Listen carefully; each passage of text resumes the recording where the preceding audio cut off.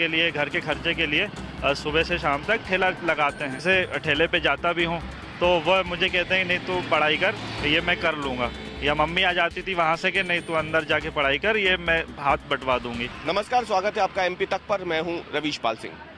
Madhya Pradesh PSC ने राज्य सेवा परीक्षा के जो परिणाम है 2022 के अंतिम परिणाम घोषित कर दिए। इंटरव्यू के बाद जो नतीजे घोषित होते हैं वो घोषित हो गए हैं और इसमें सफलता की एक कहानी लिखी है भोपाल के रहने वाले आशीष सिंह चौहान ने, जिनके पिता यूं तो कई वर्षों से सब्जी का ठेला लगाते हैं, सब्जी बेचने का काम करते हैं, लेकिन आशीष ने बचपन में ही ठान लिया था कि उसे ये काम नहीं करना है, उसे आगे जाना है। और आशीष ने अब 841 अंक हासिल कर शिक्षा विभाग में असिस्टेंट डायरेक्टर का पद हासिल कर लिया। आशीष इस वक्त एमपी तक के साथ हैं। आशीष, सबसे पहले तो आपको बधाई, और एक लंबी यात्रा जो आपने तय की, आखिरकार उसमें आप सफल हो गए। क्या कुछ कहना चाहेंगे अपनी इस जर्नी के बारे में? जी सर, एक यादगार जर्नी है, चूँकि कई उतार चढ़ाव देखने पड़े हैं और ये मेरी पहली सफलता है जिसमें थोड़ा सा मुझे धैर्य भी रखना पड़ा, मेहनत भी दुगनी करनी पड़ी। और सर चूँकि ये आसान इसलिए रहा, दोस्तों का सहयोग रहा, माता पिता का आशीर्वाद रहा, गुरुओं का आशीर्वाद रहा, इस कारण से ये जर्नी थोड़ी आसान हो गई। बाकी सर मेहनत अच्छी लगी है। अच्छा, आपने कहा माता पिता का सबसे ज़्यादा आशीर्वाद आपको तो रहा, बड़ी चुनौतियाँ रहीं आपके जीवन में, पिताजी के जीवन में भी रही। आपने बताया कि आप किराए के मकान में भी रहते हैं, तो पिताजी का संघर्ष के बारे में कुछ बताइए ज़रा।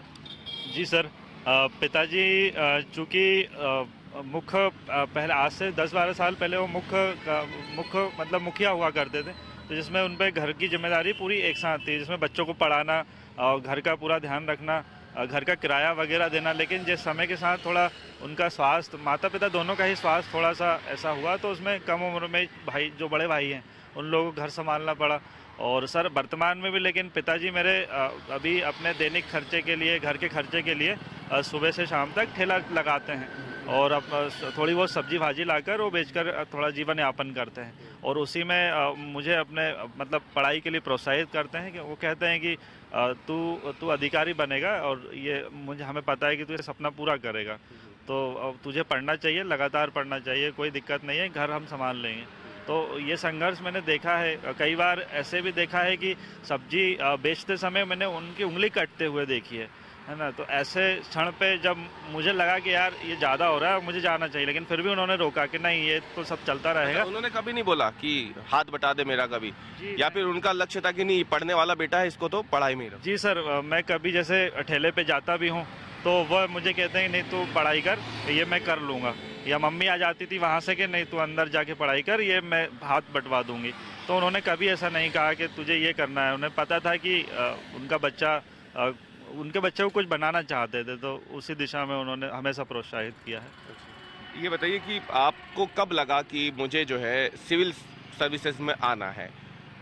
सर चूँकि मेरी जो स्कूली शिक्षा है पूरी शासकीय विद्यालय में हुई है, तो वहाँ जैसे कभी अधिकारियों का दौरा होता था, कलेक्टर का, डिप्टी कलेक्टर का, जिला शिक्षा अधिकारी का, तो मैं देखता था कि पूरा शिक्षा तंत्र बिल्कुल एकदम अच्छा हो गया है, सब टीचर अच्छे से पढ़ा रहे हैं, जो वहाँ के रिसोर्सेज है वो अच्छे से यूज़ किए जा रहे हैं। लेकिन फिर कुछ दिनों बाद स्थिति वैसी हो जाती थी, तो मुझे उत्सुकता जागी कि ये अधिकारी है कौन और बनते कैसे हैं। और क्योंकि मुझे लगा कि मैं ये करके जो मैं झेल रहा हूँ वो मैं शायद आगे की जनरेशन को उसमें मदद कर सकता हूँ। फिर मैंने जब इस फील्ड के बारे में जाना तो 11-12 तो मुझे पता पड़ा कि सिविल सर्विस एक परीक्षा होती है, तो फिर मैंने वहाँ से पक्का कर लिया कि मुझे इस दिशा में जाके अपना पद हासिल करना है। अच्छा, अब आपका लक्ष्य यहाँ से क्या रहेगा? शिक्षा व्यवस्था में क्या आप सुधार लाने की कोशिश करेंगे, या फिर क्या परिवर्तन आप इस जॉब के जरिए चाहते हैं कि सिस्टम में आए? क्योंकि सर सरकार ने मुझे असिस्टेंट डायरेक्टर के रूप में शिक्षा विभाग में महत्वपूर्ण दायित्व दिया है, तो मुझे लगता है कि चूंकि मैंने ज़मीनी स्तर पर शिक्षा का तंत्र देखा है, मैं खुद पढ़ा हूँ उसमें, मैंने उसकी चुनौतियाँ भी देखी, उसकी अच्छाइयाँ भी देखी हैं, तो मुझे लगता है कि कुछ स्तरों पर काम करना, जैसे कि टीचरों की मॉनिटरिंग करना, डिजिटल एजुकेशन बढ़ाना, स्पोर्ट एजुकेशन देना, बच्चों को अट्रैक्ट करना स्कूल आने के लिए, जैसे कि उनको एक्टिविटीज़ कराना, ऐसे कुछ काम करके हम इस शिक्षा जो सरकारी शिक्षा तंत्र है मूलतः, क्योंकि प्राइवेट तो बहुत महंगा है, हर कोई बच्चा नहीं जा सकता वहाँ, तो सरकारी शिक्षा तंत्र को हमें ऐसे बनाना होगा कि वहाँ गरीब से गरीब बच्चा भी मन लगा के पढ़ने के लिए आए। तो ये मेरा मुख्य उद्देश्य रहेगा इस पद पर आकर। एक अंतिम सवाल जो हमारा सभी उन लोगों से रहता है जिन्होंने जीवन में सफलता हासिल की है।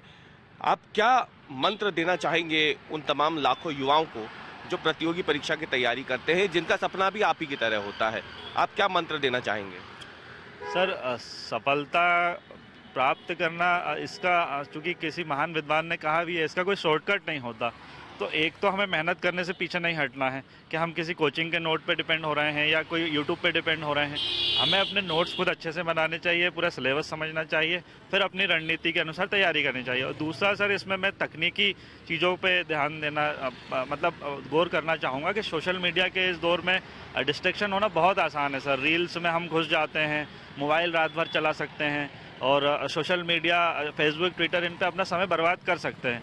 लेकिन यदि हम अवेयर हैं, हम अपने लक्ष्य को लेकर क्लियर हैं, तो मैं सलाह दूंगा कि इन सब से दूर रहें, अपने माता पिता के सपनों को याद करें और फिर उस दिशा में प्रयास करें, तो हम बिल्कुल सफल होंगे। बहुत बहुत बधाई आशीष आपको इस सफलता के लिए, और एमपी तक से बात करने के लिए आपका बहुत बहुत धन्यवाद। तो आशीष सिंह चौहान हैं जिन्होंने सफलता की ऐसी इबादत लिखी है जिसके बारे में लोग सुनते रहे हैं, सपना देखते रहे हैं, लेकिन आशीष ने जो सपने देखे आखिरकार उसे पूरा भी कर लिया। और एमपी तक से बातचीत करते हुए उन्होंने हिदायत दी है उन तमाम लाखों युवाओं को कि अगर वो कोई सपना देखते हैं तो उसे पूरा करने के लिए जी जान से जुट जाएं, किसी भी तरीके का डिस्ट्रैक्शन जो है उसे अपने ऊपर हावी ना होने दें। एमपी तक के लिए भोपाल से कैमरामैन प्रतीक के साथ मैं रवीश पाल सिंह।